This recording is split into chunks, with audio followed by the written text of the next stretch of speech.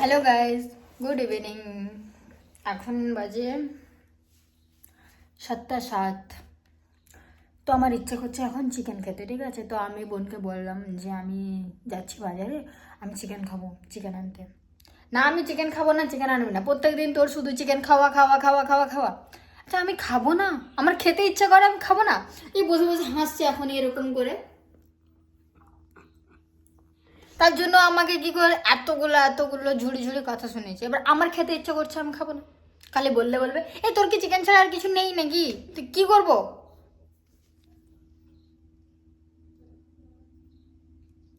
মিটমিটে শয়তান একটা।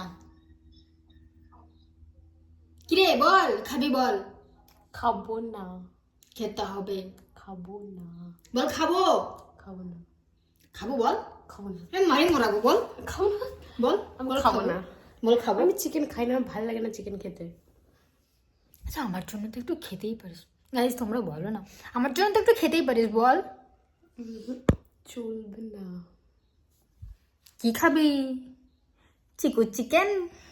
চিকু চিকেন ওই যে আমাদের চিকু, ওই চিকু চিকেন খাবি। চিকু এত জ্বালায় আমাকে, গাইস কি বলবো আমি, দুঃখের কথা। আমরা ঘুমোই রাত্রিবেলায়, ঠিক আছে? আমরা যখন ঘুমোই তখন দেখি ওর বিছানায়, ঠিক আছে? তারপর আমরা যখন ঘুমোই দুজনের মাঝে হয়তো এতটা ডিস্টেন্স থাকবে, তার মাঝে ব্ল্যাঙ্কেটটা খুব সুন্দর গরম থাকে, তার মাঝে ঢুকে যাবে। এত বড় শয়তান। তারপর সকালে উঠে দেখি আমাদের গায়ের উপরে উঠে নাচানাচি করছে। এটা কি মানা যায়? এখন দেখো কি সুন্দর। এই সরা মাথাটা তোর, ওখানে চুপ করে নিজের বিছানায় বসে আছে। ঠিক আছে চলো, ও খাবে না খাবে, আমি এখন যাই বাজারে, চিকেন আনবো, রান্না করবো, খাবো। Tata, by.